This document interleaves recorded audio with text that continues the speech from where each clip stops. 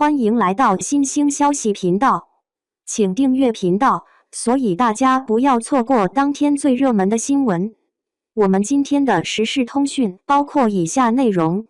北上白鹿假小子人设获赞，钟信峰角色为何更讨喜？北上白鹿拿了一个适合他的人设，假小子。这部比古偶大女主，绝世美人适合他。没有讽刺的意思。北上白鹿饰演的女主谢凤华，从小在男孩堆里长大，为跟伙伴合群，穿衣打扮行为举止像个男孩子，是大人口中的假小子没错。至于为什么适合，也是有理由的。白鹿长相相对落地，在现实主义题材里出现，比在仙气飘飘仙侠古偶里可信。长得比普通好看一点，在年代剧里没人朝普女，导演还要嫌她太好看，不普女。表演素有咋咋呼呼争议，假小子演丫头人设吗？稍微可以原谅一些聒噪。不过白鹿此次依然有表演以及装扮争议，但此偏意不在此，倒是假小子人设的进化值得议论。大人口中的假小子在以下场景中容易出现：姐姐叫招娣，结果招来个妹妹，长辈便期望她亚男弱男。女孩家从小被嘲笑没男孩，女孩偏要争气，便处处想胜男赛男。女孩小时调皮捣蛋，喜欢爬树翻墙、打枪掏鸟，被家长吐槽没个女孩样，便产生自己为什么不是男孩的困惑。还有一类性别认同障碍的，会从外到里的模仿男孩。总结来说，假小子是那些小时候困在传统性别气质二分法或重男轻女思想下的女孩，因外表、行为、兴趣爱好上接近传统男性特质，才被冠上这个发霉的称呼。六姊妹里大姐何嘉丽，小时候拿肉票汁换了个猪尾巴，无意中偷听到了爸爸带有失望的感慨。关键的时候啊，这丫头啊就是不如小子。她先是逞强找邻居要本属于她的肉，又找到理发师傅，让对方把她长发剪成短发。她不要好看，她要像男孩那样的短发。晚上等在爸爸下班的路上，跟爸爸说：“爸，你就把我当成男孩，我比儿子还要厉害，谁要敢欺负咱家，我就跟谁干。我保护你，保护我妈，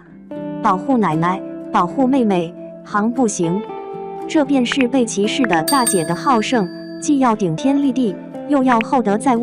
女儿儿子的孝顺全家被承包。北上里，谢凤华也因为老一辈重男轻女，始终憋着劲儿，想替母争口气。除了好胜心外，大华子为了融入男孩集体，夏天穿着背心短裤，皮肤晒得黝黑，每天跟3个男孩一起摔跤打滚，专事捞蚌、捞虾、偷西瓜，常常弄得满头满脸脏兮兮。他还是团队的小领导，调皮捣蛋比男孩有过之无不及。马奶奶向安静内敛、长发长裙的马思义介绍谢凤华时，还得特意强调一句：“她是女孩。”在大人小孩眼里，她跟马思义的分别，就像贾玲与瞿颖那个春晚小品名字女神与女汉子。高中时，大华子邀马思义一起去当模特，马思义提议把谢望和一起叫上，大华子瞬间抵触扭捏起来。我才不要让他看到我搔首弄姿的样子。一方面谢望和是他喜欢的人，他有青春期的羞怯；另一方面男孩堆长大的大华子，恐怕有些羞耻于阴柔气。虽然假小子这个称谓在中性气质随处可见的今天显得泛黄怀旧，但总归关系到8090成长中的困惑。尤其现如今的年代剧，最近2档六姊妹北上开始用性别视角来度量女孩的成长，因此就当作窥见成长的一个窗口吧。说到假小子在影视剧里的成长，就得先提到《致我们终将逝去的青春》里刘雅瑟饰演的朱小北。《致青春》拍的是70、80后的青春，当荧幕里朱小北抱着篮球，身着中性，一头利落短发，闯进女生宿舍，清爽不轻浮的打招呼咱们宿舍美女如云啊时，荧幕外的观众都能意识到这是一个扎眼的家伙，是那种走进女厕，其他女生不是被吓到，就是会以为自己误闯男厕的程度。90年代初的校园，大家穿衣打扮、行事作风还是循规蹈矩，白衣飘飘，长发及腰像软碗，被视为女神。而朱小北这样的绝对算得上一个异类。当一个人成为人群中刺眼的异类，很容易被当作目标和替罪羊。朱小北被学校超市冤枉偷窃，被2个壮汉搜身，告到保卫处被息事宁人。朱小北的冤屈，朱小北受到的人格侮辱，统统被视而不见。最后，朱小北推翻超市货架，砸碎玻璃，是他对学校系统压抑人性的决绝反抗，也成了这部青春片格格不入却意味深刻的桥段。当回过头再看这部影片，会发现，如果非要选一个人被冤枉，那一定是朱小北。不光因为他形象充满意志感，这个人物还总是孤零零、神出鬼没，没有与任何同学建立关系，太容易成为眼中钉。于是朱小北很早就给我留下警示，原来成为异类的代价是这样。记得成长期从电影、电视、书籍里接受过诸多类似对异类的惩罚。在铁明讲述3代女性命运的《玫瑰门》中，有一位特殊女性姑爸，因新婚之夜丈夫出逃，从此抛弃女性特征，改穿男装，抽旱烟，让别人以姑爸称呼她，以抵抗女性身份，逃避性别歧视，但最终结局惨烈，给我留下长久的心理阴影。当然，这些作品亦不在恐吓，而在揭发、控诉。尽管现在对此类偏见已不像往常那么顽固，但新时代有新时代的偏见，而偏见都有一贯的底层逻辑，将个人的无能发泄给选中的异类。讨论 Tomboy 话题，基本上都不能绕过李宇春给我们带来的中性化审美。北上李大华子追星李宇春，疯犬少年的天空，大力胶周依然是参加超女海选，还设计了偶遇李宇春桥段。大力胶问我们这种类型可不可以，李宇春回说做自己为什么不可以。后来大力胶看到李宇春夺冠，激动哭了。原来我们这种女生也有人喜欢呐。李宇春当年鼓舞了很多女孩子，自己则站在了挑战传统审美的风口浪尖，成了众矢之的。在柔美、娇弱、有曲线的女性单一审美下，外形、性格像男孩会被嘲笑没魅力，没人喜欢，甚者像个怪物。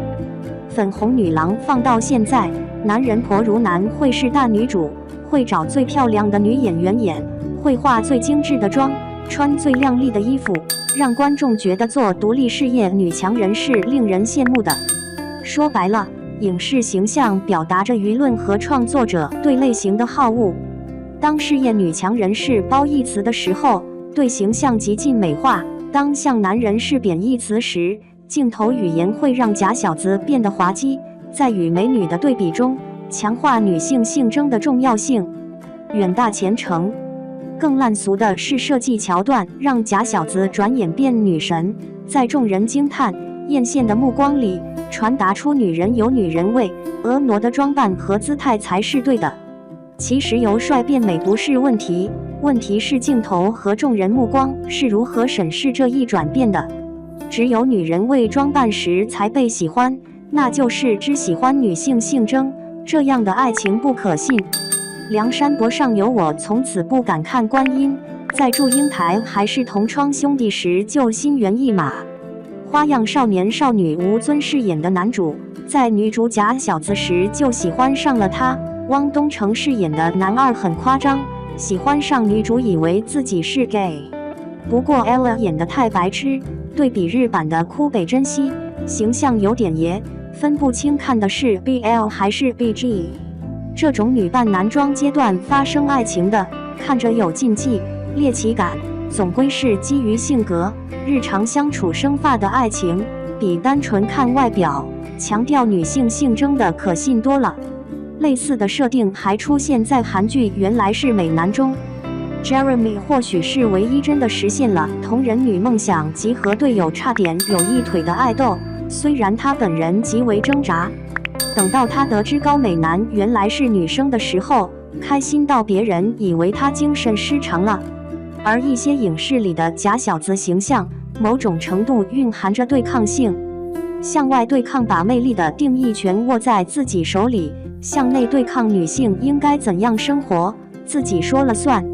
先看对抗外表，《疯犬少年》里的大力娇从小被男闺蜜嘲笑平胸、野蛮、不像女的。到了青春期，有了少女心思的大力娇也想被人喜欢，被人欣赏。晚上回家把苹果放衣服里，对着镜子做出胸部高耸的样子，唱 You Are My Superstar 都有了自信。可以看出大力娇对自身形象有自卑，连男闺蜜喜欢娴静淑女的同桌都让她狂吃醋，节日被女同学嘲笑一个贺卡没收到，也让她难过。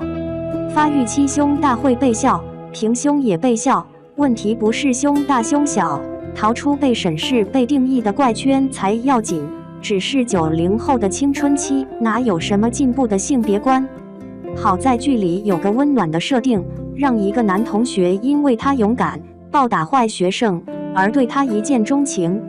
有人就喜欢他本身的样子，不需要留长发、穿裙子、变淑女、会打扮，就像特意设计李宇春对大力娇说做自己为什么不可以一样。这是剧集对假小子的肯定和鼓舞。还不得不提吴君如的《古惑仔之红星13妹》，可以说是凭一己之力打破了香港黑帮电影的性别壁垒，佐证了女性电影的无限可能。假小子形象内在的对抗性，要述一个经典形象：小妇人女主 Jo， 一个行为举止总被说 boyish 的女孩，穿衣中性，四姐妹只有 Jo 不戴裙撑，戴男士帽，衣服宽松，没有蕾丝花边，不束腰不勒胸。当然现在看来穿什么戴什么都是个人自由，但在19世纪中期，女性普遍被塞进又紧又勒又麻烦的维多利亚风格衣服里。Jo 的装扮无疑是反叛的，从穿衣就能看出她不想被束缚，爱自由的个性。